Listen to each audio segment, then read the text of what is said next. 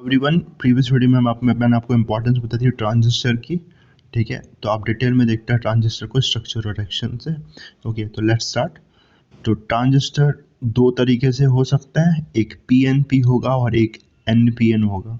ठीक है, एनपीएन में देखो दो एन साइड होंगे और बीच में पी होगा। ठीक है, पी जो है सैंडविच है in between two N diode, and in this PNP and is sandwiched between two P diode, P-type semiconductor. Okay, so let's understand this. A transistor has three dope region forming two PN junction between them. तो दो PN junction बनेंगे, तो obvious सी बात है, देखो तीन N PN है तो N और P के बीच में एक जंक्शन बनेगा और दूसरा P N के बीच में, ऐसे ही यहाँ पर भी होगा। तो टू टाइप ऑफ ट्रांजिस्टर है NPN। ठीक है, तो here two segments of N type semiconductor. पहले वाले का नाम ध्यान रखना, एमिटर बोलते हैं उसको। दूसरा बीच में जो होगा वो बेस होता है और लास्ट में जो होगा कलेक्टर होगा। ओके, तो इसमें दो ये कलेक्टर, एमिटर और कलेक्टर एन है और जबकि बेस पी है। जबकि अगर मैं बात करूँ पी में, तो पी और पी कलेक्ट एमिटर और कलेक्टर्स में पी है and base is an. Okay, the schematic representation of an NPN and a PNP configuration are shown in figure. All the three segments of a transistor have different thickness and their doping levels are also different. तो इनकी जो thickness है वो अलग होगी और doping level भी अलग होगा। तो सबसे जो size की बात करूँ तो collector is the biggest, ठीक है, और the largest in size and base is the smallest. सबसे थिन जो होगा वो बेस होगा।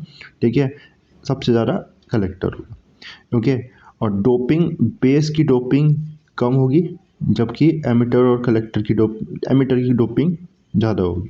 ठीक है, डिटेल में देखते हैं उसको। तो देखो यहाँ, हाँ, emitter, this is the segment on one side of the transistor shown in figure. It is moderate size, ठीक है, moderate साइड होगा, बेस के और कलेक्टर के इन बिटवीन होगा, heavily doped होगा, ये ध्यान रखना है। It supplies a large number of majority carrier for the current flows through the transistor. तो heavily dope होने का रीज़न ही है कि ताकि ज़्यादा से ज़्यादा ये चार कैरियर पास कर सके to base to and collect और ऑब्वियसली टू द कलेक्टर। ठीक है, बेस की बात करूँ, सेंट्रल सेगमेंट है, वेरी थिन है एंड लाइटली डोप्ड है। ठीक है, थिन होने का रीज़न ये है कि हम चाहेंगे कि मैक्सिमम जो चार कैरियर्स है ये कलेक्टर में चले जाए। Collector, this segment collects a major portion of the majority carrier supplied by the emitter. Moderately doped होगा, ये लार्ज इन साइज होगा क्योंकि ये मैक्सिमम चार कैरियर कलेक्ट करना है इसका पर्पज़। ठीक है, ये पैराग्राफ भी देख लेते हैं यहाँ पर। तो रिप्रेजेंट कैसे करते हैं एनपीएन और पीएनपी को, तो देखो इस तरह से इसका डायग्राम बनता है एंड हम एमिटर पे बनाएंगे। ठीक है, ध्यान रखना, जहाँ एरो बनाएंगे वो एमिटर होगा। तो ये आइडेंटिफाई करने का तरीका है एमिटर और कलेक्टर को, जहाँ एरो बनेगा वो एमिटर होगा। और देखो हमें पता ना करंट कहाँ से कहाँ फ्लो करता है, तो देखो करंट कहाँ से कहाँ फ्लो होता है, पॉजिटिव टू नेगेटिव। ठीक है, तो ये कौन सा ट्रांजिस्टर है, देखो यहाँ से एरो आ रहा है, यहाँ से ये बीच, ये बेस है, आपको ये पता चला ये बेस है, लिखा हुआ है बेस। तो बेस से एमिटर में करंट आ रहा है, मतलब पॉजिटिव कौन है, बेस है। तो ये पी बेस है, बेस पी है और एमिटर और कलेक्टर एन है, तो एन पी एन ट्रांजिस्टर है। ठीक है, इसकी मैं बात करूँ तो एमिटर से करंट बेस में जा रहा है, तो करंट हमें पता है पी पॉजिटिव से नेगेटिव जाता है। ठीक है, तो पी एन पी, तो पी एमिटर पी है और बेस एन है, तो ये पी एन पी। ठीक है, तो ये चीज़ हो जाएगी इसमें। And now then we have seen earlier in the case of a PN junction that there is a formation of depletion region across the junction. In case of a transistor, depletion region are formed at the emitter base junction and base collector junction. ठीक है, तो हमें पता है depletion region form होती है, ऐसे इसमें भी दो डिप्लीशन रीजन फॉर्म होगी। डिप्लीशन रीजन इसमें फॉर्म होगी कलेक्टर बेस में भी और एमिटर बेस पे भी। For understanding the action of a transistor, we have to consider the nature of depletion regions formed at this junction. The charge carriers move across different regions of the transistor when proper voltages are applied across this terminal. ठीक है, तो transistor की action को समझने के लिए हमें depletion region के नेचर को समझना पड़ेगा, कैसे फॉर्म हो रहे हैं, and also we have to understand कि जब हम प्रॉपर वोल्टेज अप्लाई करेंगे तो 4 कैरियर मूव करेंगे डिफरेंट रीजन के across. The biasing of the transistor is done differently for different uses. The transistor can be used in two distinct ways. Basically, it was invented to function as an amplifier. तो इसको invent ही क्यों किया गया था? So that it can be used as an amplifier to amplify signal, input signal को बढ़ा सके, उसको एम्पलीफाई कर सके. एंड बट इसका जो इक्वली इम्पॉर्टेंट यूज आया है, मैंने बताया आपको था प्रीवियस वीडियो में, as a switch that just revolutionise everything. ठीक है, डेटा को जो था हम उससे क्या कर पाए टोटली. अब हम मोबाइल फ़ोन हो गया, कुछ भी हो गया, जहाँ भी डेटा का स्टोर की बात हो रही है, टोटली हम किस पे कर रहे हैं? Because of this semiconductor then ICs. Okay, so a device which produces a enlarged copy of a signal but later is used as a switch acquired equal importance. We shall study both this function and the ways the transistor is biased to achieve this mutually exclusive function. तो दोनों ही application हमें study करनी है, as a switch and an amplifier. First we shall see what gives the transistor its amplifying capabilities. The transistor works as an amplifier with its emitter-based junction forward bias and the base collector junction reverse bias. तो ये चीज़ आपको ध्यान रखनी है. जब हम amplifier की बात करेंगे, ट्रांजिस्टर को एज अ एम्पलीफायर यूज़ करेंगे, सो हम क्या करेंगे, एमिटर बेस को फॉरवर्ड बायस कर देंगे. Emitter base, this is emitter base, you can see here, this is emitter. ये स्टार्टिंग में जो दिख रहा है, इसको हमने देखो नीचे किससे कनेक्ट किया है, पॉजिटिव टर्मिनल से कनेक्ट किया है, बैटरी के. सो दिस इज, और नेगेटिव जो है वो बेस से कनेक्टेड है. सो this is forward bias, emitter base is forward bias. And base collector को हमने कनेक्ट किया नेगेटिव से, पी को नेगेटिव से कनेक्ट किया है और एन को पॉजिटिव से. तो this is reverse bias.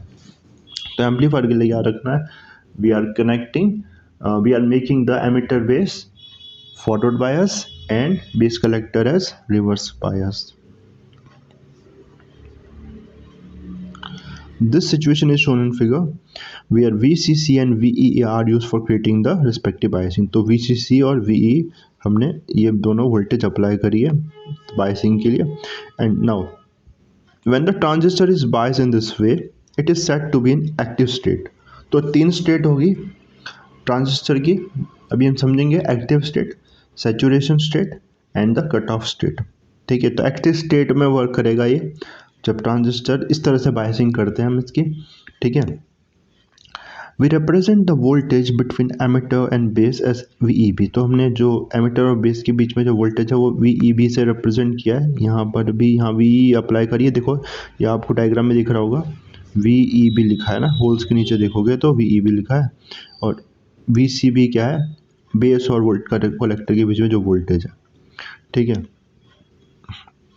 In figure base is a common terminal for the two power supplies whose other terminals are connected to emitter and base respectively.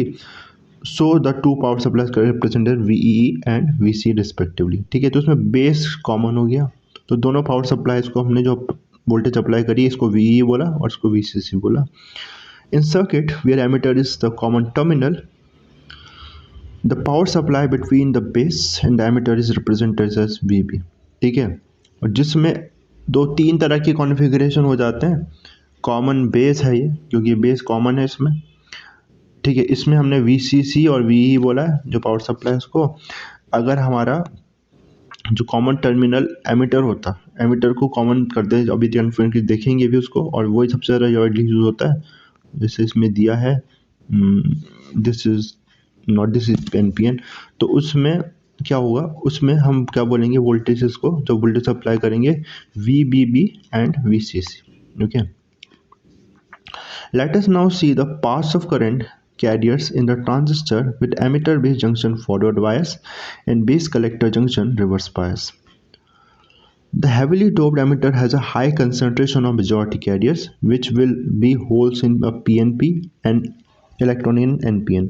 ठीक है, तो एमिटर में देखो हाई, हमने डोपिंग हाई की थी, high concentration of majority carriers. ठीक है, एक की बात करते हैं तो इसमें जो पीएनपी की बात की है ना, तो पीएनपी की करेंगे। वैसे हम ज़्यादा तो प्रेफर करते हैं एनपीएन को, electrons are the majority charge carriers. ठीक है, इनकी जो मोबिलिटी है वो ज़्यादा है। ठीक है, इसलिए एनपीएन को प्रेफर किया जाता है, but I think in this we have to see PNP. Okay, so PNP में मेजॉरिटी चार्ज कैरियर क्या है, होल पी के लिए होल्स है। ओके, सो दिस इज, तो पी है इसमें एमिटर में मेजॉरिटी चार्ज कैरियर्स। ठीक है, हाँ, तो दिस में एंटर द बेस रीजन। तो जब इसको फोटो बाइसिंग करेंगे तो इलेक्ट्रॉन्स, सॉरी अगर इसमें बात करें पीएनपी में, तो होल्स कहाँ मूव करना स्टार्ट करेंगे, होल्स बेस की तरफ मूव करना स्टार्ट करेंगे, होल्स बेस की तरफ मूव करना स्टार्ट करेंगे जो थिन है। ठीक है, so this let's continue. This majority carriers enter the base region in large numbers. The base is thin and lightly doped, so the majority carriers there would be few. In a PNP transistor, the majority carriers in the base are electrons, since base is of n-type semiconductor. The large number of holes entering the base from diameter swam the small number of electron there. ठीक है, तो देखो PNP की फिर से बात करें तो बेस क्या है, बेस में मेजॉर, देखो अगर पीएनपी की बात करें बेस एन है, तो इसमें इलेक्ट्रॉन है मेजॉरिटी चार्ज कैरियर, क्योंकि इसकी डोपिंग बहुत लाइटली हो रखी है तो इलेक्ट्रॉन का नंबर कम होगा। ठीक है, तो कुछ ही अगर रिकॉम्बिनेशन में तो कुछ भी रिकॉम्बिनेशन हो पाएंगे, फर्दर जो है होल्स वो आगे बढ़ जाएंगे कलेक्टर में, क्योंकि इसका रीजन विथ है क्या लिखा है इसमें एक वर्ड कि स्वयं सवे द इलेक्ट्रॉन डोमिनेट करेंगे बेसिकली जो होल्स है इलेक्ट्रॉन्स को। yes, as the base collector junction is reverse bias, this hole which appear as minority carriers at the junction can easily cross the junction and enter the junction। ठीक है, अब एक बात समझना है, कलेक्टर बेस को तो हमने रिवर्स बायस किया है, तो कलेक्टर बेस को रिवर्स बायस किया है, ध्यान रखना इसको।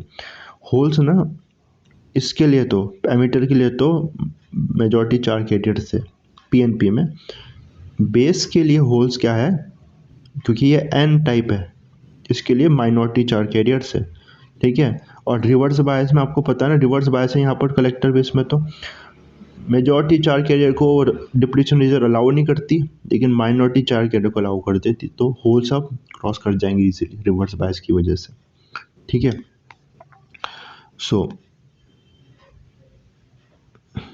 the holes in the base could move either towards the base terminal to combine with electron entering from outside, or cross the junction to enter into the collector and reach the collector terminal। तो holes के बाद option है, या तो यहाँ पर आगे बढ़ जाए, ठीक है, या फिर जो इलेक्ट्रॉन यहाँ से आ रहे हैं, जो हमने नेगेटिव टर्मिनल यहाँ पर अप्लाई किया है, ठीक है, रिवर्स बायसिंग से यहाँ से जो इलेक्ट्रॉन्स आ रहे हैं उससे कंबाइन हो जाए। Okay, so yes, the base is made thin so that the most of the holes find themselves near the reverse bias based collector junction and so cross the junction ना, तो base को thin इसलिए बनाया ताकि ये cross कर जाए, maximum holes collector में आ जाए। ठीक है, नाम तभी कलेक्टर है, बेस टर्मिनल में ना जाके उसमें आ जाए। It is interesting to note that due to forward bias a large current enters the emitter base junction, but most of it is diverted to adjacent reverse bias base collector junction।